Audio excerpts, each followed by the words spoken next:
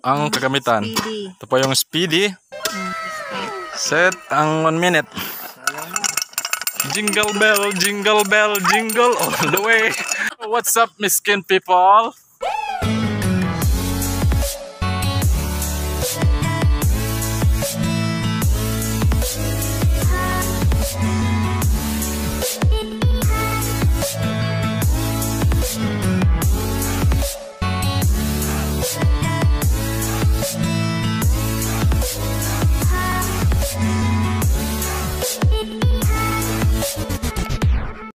For today's vlog ay magiging engineer tayo. Wow! Papakita namin ngayon kung paano magkuha ng field density test or FDT. FDT para short. Kasi nag-FDT kami before magbuhos ng simento sa kalsada para i-testing kung compacted na ba talaga, kung pasado na ba o hindi. At kasama para matunghayan ang bidyong yan, kasama ko si Stephen. So, at si Dindo at si Giselle.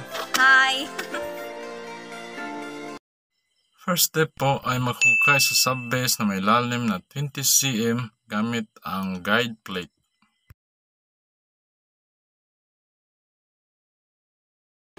Ma'am, bakit kailangan i-update ang kalsada?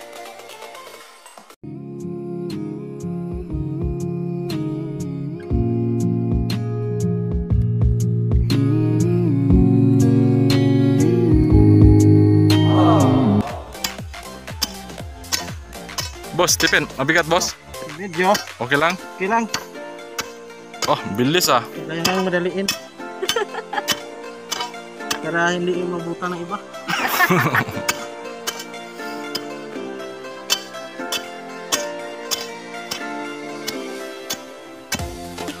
Po si Giselle ang in charge sa FDT namin. Ma'am, dalaga ka pa ma'am o may asawa na? Binata!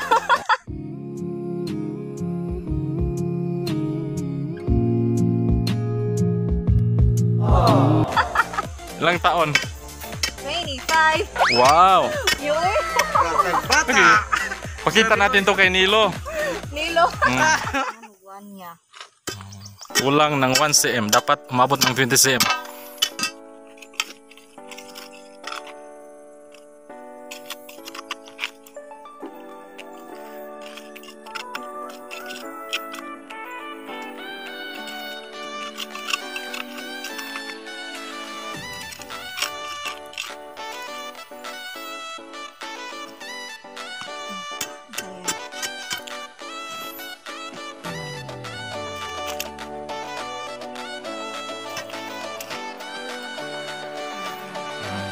Sakto na, 20 cm na.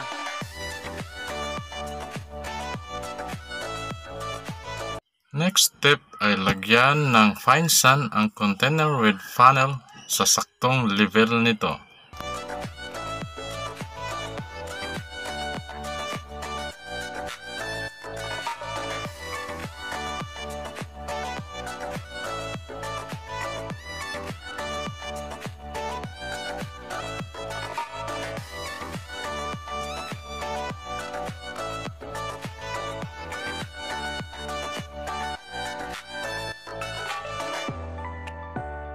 Kato, kanina, dako ya.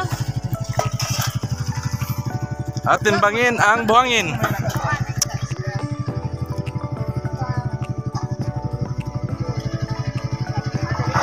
Mga ko no.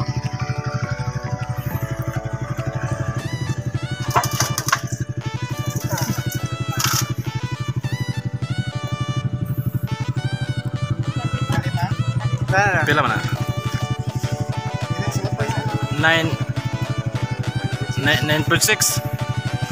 9.6 kilogram.